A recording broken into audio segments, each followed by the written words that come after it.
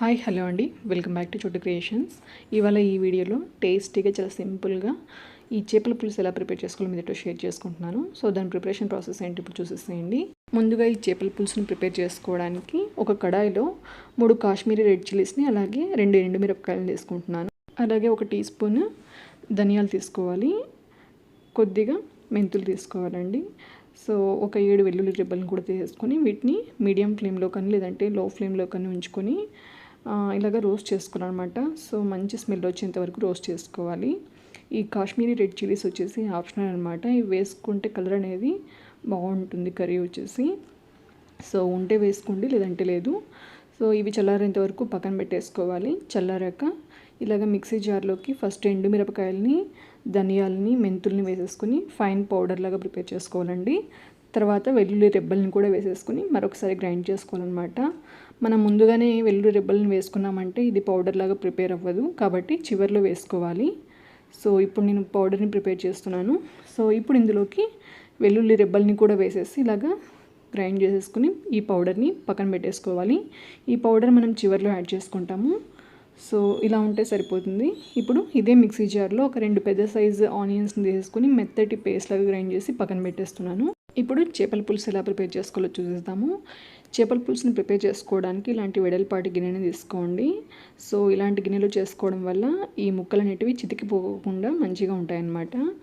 ఇందులోకి ఇప్పుడు ఒక 6 టేబుల్ స్పూన్ల ఆయిల్ వేసేసుకుంటున్నాను. ఆయిల్ హీట్ ఎక్కాక కొద్దిగా కరివేపాకు కూడా వేస్తున్నానండి.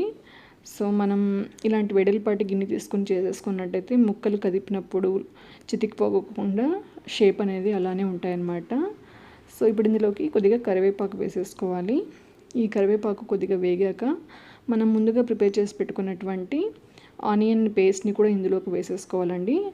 ఈ ఆనియన్ పేస్ట్ వచ్చేసి మీడియం ఫ్లేమ్లో ఉంచేసుకొని పచ్చివాసన పోయేంత వరకు కూడా ఇలాగా వేయించేసుకోవాలన్నమాట. సో ఈ ఆనియన్ పేస్ట్ వేసుకోవడం వల్ల ఈ పులుసు వచ్చేసి చిక్కగా ఉంటుందన్నమాట. సో టేస్టీగా ఉంటుంది. సో ఇలాగ పేస్ట్ అంతా వేసేసుకున్నాక మీడియం ఫ్లేమ్లో కానీ లేదంటే లో ఫ్లేమ్లో కానీ ఉంచేసుకొని బ్రౌన్ కలర్ వచ్చేంత వరకు మనం దీన్ని వేయించేసుకోవాలి. అంటే పచ్చి వాసన పోయేంత వరకు వేయించుకుంటే సరిపోతుందండి. అలాగే ఇందులోకి ఒక 2 పచ్చిమిరపకాయలని కట్ చేసి వేసేసుకుంటున్నాను. మీరు కారం వేసేటప్పుడు టేస్ట్ చూసుకొని వేసుకోండి.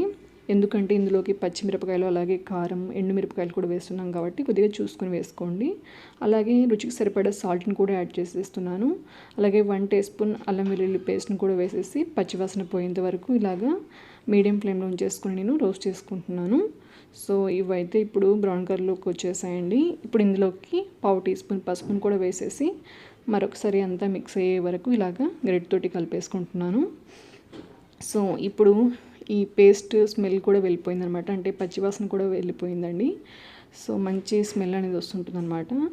ఇప్పుడు ఇందులోకి రుచికి సరిపడా కారాన్ని అలాగే 1.5 టీ స్పూన్ ధనియా పౌడర్ని కూడా వేసేసుకొని మరొకసారి దీన్ని అంతా మిక్స్ చేసేసుకోవాలండి. సో చూసారు కదండి, ఈ రెడ్ చిల్లీ పౌడర్ వేయగానే మనకి ఈ పేస్ట్ కలర్ అంతా కూడా మనకి బాగా మంచిగా రెడ్ కలర్లోకి వచ్చేసింది అనమాట. సో ఇప్పుడు ఇందులోకి ఒక చిన్న సైజు టమాటాని చిన్న చిన్న ముక్కలు కట్ చేసుకుని వేసేసుకోవాలన్నమాట. ఇలాగ టమాటో వేసేసుకున్నాక ఇది బాగా మెత్తగా కుక్ అయ్యి ఆయిల్ పైకి వచ్చేంత వరకు మనము దీన్ని మీడియం ఫ్లేమ్లో ఉంచేసుకొని కుక్ చేసుకోవాలండి. ఈ టమాటా కుక్ అయ్యే లోపల మనము చింతపండు పులుసుని ప్రిపేర్ చేసుకుందాము. 750 గ్రాముల చేపల ముక్కల కోసం అని చెప్పేసి నేను ఒక చిన్న నిమ్మకాయ సైజ్ అంతా చింతపండుని తీసేసుకొని ముందుగానే వాటర్లో ఇలాగా నానబెట్టేసుకున్నాను. సో ఇలాగ మనం తీసేసుకోవాలన్నమాట గుజ్జునంతటిని కూడా. ఇప్పుడు ఈ గుజ్జును కూడా పక్కన పెట్టేసేసుకుందాము. సో ఈ టమాటోస్ కూడా కుక్ అయిపోయాయి అన్నమాట. చూసారు కదండి. సో ఇప్పుడు ఇందులోకి మనం ముందుగా ప్రిపేర్ చేసి పెట్టుకున్నటువంటి ఈ చింతపండు పులుసును కూడా వేసేసుకోవాలి. సో అలాగే గ్రేవీకి సరిపడా వాటర్ని కూడా వేసేసుకోవాలి. సో చూడండి, టమాటోస్ వచ్చేసి ఇలాగా మెత్తబడిపోయాయి. మనకి ఆయిల్ కూడా ఈ టమాటోస్ నుంచి సపరేట్ అవుతూ ఉంటుందన్నమాట. సో ఇప్పుడు నేను ఇందులోకి చింతపండు పులుసుని వేసేసుకుంటున్నాను. అలాగే గ్రేవీకి సరిపడా వాటర్ని కూడా యాడ్ చేస్తున్నానండి. ఇందులోకి వచ్చేసి నేను ఒక 300 ml వాటర్ని యాడ్ చేసేసాను అనమాట. సో మీరు ఒకసారి చూసుకొని వాటర్ని అనేది వేసుకోండి. ఇలాగ వాటర్ని యాడ్ చేసేసాక ఇదంతా కూడా బాగా మిక్స్ అయ్యేలాగా గరిటెతోటి బాగా కలిపేసుకోవాలి. ఇది ఒక పొంగు వచ్చేంత వరకు మనం దీన్ని మీడియం ఫ్లేమ్లో ఉంచేసుకొని ఇలాగా కుక్ చేసుకోవాలన్నమాట. చూసారు కదండి, ఇలాగా పైనకి ఒక పొంగు వచ్చేసింది అనమాట. ఇప్పుడు కొద్దిగా కొత్తిమీరని యాడ్ చేసేసుకోవాలి. ఇప్పుడు ఇందులోకి కడిగి క్లీన్ చేసి పెట్టుకున్నటువంటి చేప ముక్కల్ని వేసేసుకోవాలండి. సో ఇలాగ వేసేసుకున్నాక ఒక 5 నిమిషాల పాటు మనము మీడియం ఫ్లేమ్లో జాగ్రత్తగా కుక్ చేసేసుకోవాలి. సో ఈ ముక్కల్ని వేసేసాక ఒకసారి ఇలాగ కలిపేసేసుకొని వీటిని కుక్ చేసుకుందాము. సో మనం ఎక్కువగా వీటిని కదపకూడదనమాట. సో ఫస్ట్లో వేసినప్పుడు మాత్రమే ఇలాగ ఒకసారి కలిపేసేసి వదిలేసేయాలి. మనం ఎక్కువగా కలిపామంటే ఇవి తొందరగా కుక్ అయిపోతాయి కాబట్టి చితికిపోతాయి అన్నమాట. అందుకని వీటిని ఒక్కసారి మాత్రమే ఇలాగా గరిటెతోటి అడ్జస్ట్ చేసేసుకున్నాక ఇలాగ ఒక 5 నిమిషాల పాటు కుక్ చేసుకోవాలి. సో ఇలాగ మనం గిన్నెనే ఇలాగ కదుపుతూ మనం వీటిని కుక్ చేసుకోవాలండి. సో ఇప్పుడు ముందుగా ప్రిపేర్ చేసి పెట్టుకున్నటువంటి ఎండుమిరపకాయల ధనియాల పౌడర్ ఉంది కదండి, దాన్ని కూడా యాడ్ చేసేసుకుని మరొక 2 నిమిషాల పాటు నేను దీన్ని కుక్ చేసుకున్నాను. ఈ పౌడర్ కూడా వేసేసాక మనము ఈ గిన్నెని ఇలాగ జాగ్రత్తగా కదుపుతూ ఇదంతా మిక్స్ అయ్యేలాగా మనం కదుపుకోవాలన్నమాట. సో గరిటె పెట్టి మనం ఎక్కువగా దాన్ని కదిపామంటే ముక్కలన్నీ కూడా చితికిపోతాయండి.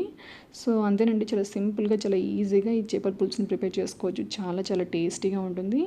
ఇది చేసినప్పటికంటే కూడా మరుసటి రోజుకి చాలా చాలా టేస్టీగా ఉంటుంది. లేదంటే చల్లారాకైనా కూడా సర్వ్ చేసుకోండి. సో ఫ్రెండ్స్, ఈ వీడియో మీ అందరికీ తప్పకుండా యూజ్ అవుతుందని చెప్పేసి పోస్ట్ చేస్తున్నాను. ఈ రెసిపీ మీకు నచ్చినట్టయితే మీరు ట్రై చేయండి. ఎలా వచ్చిందో నాకు కామెంట్ సెక్షన్లో చెప్పండి.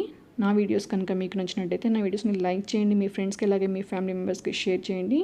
అలాగే మన ఛానల్ని ఫస్ట్ టైం చూస్తున్నట్టయితే ఛానల్ని సబ్స్క్రైబ్ చేసుకొని సపోర్ట్ చేయడం మాత్రం మర్చిపోకండి. Thank you.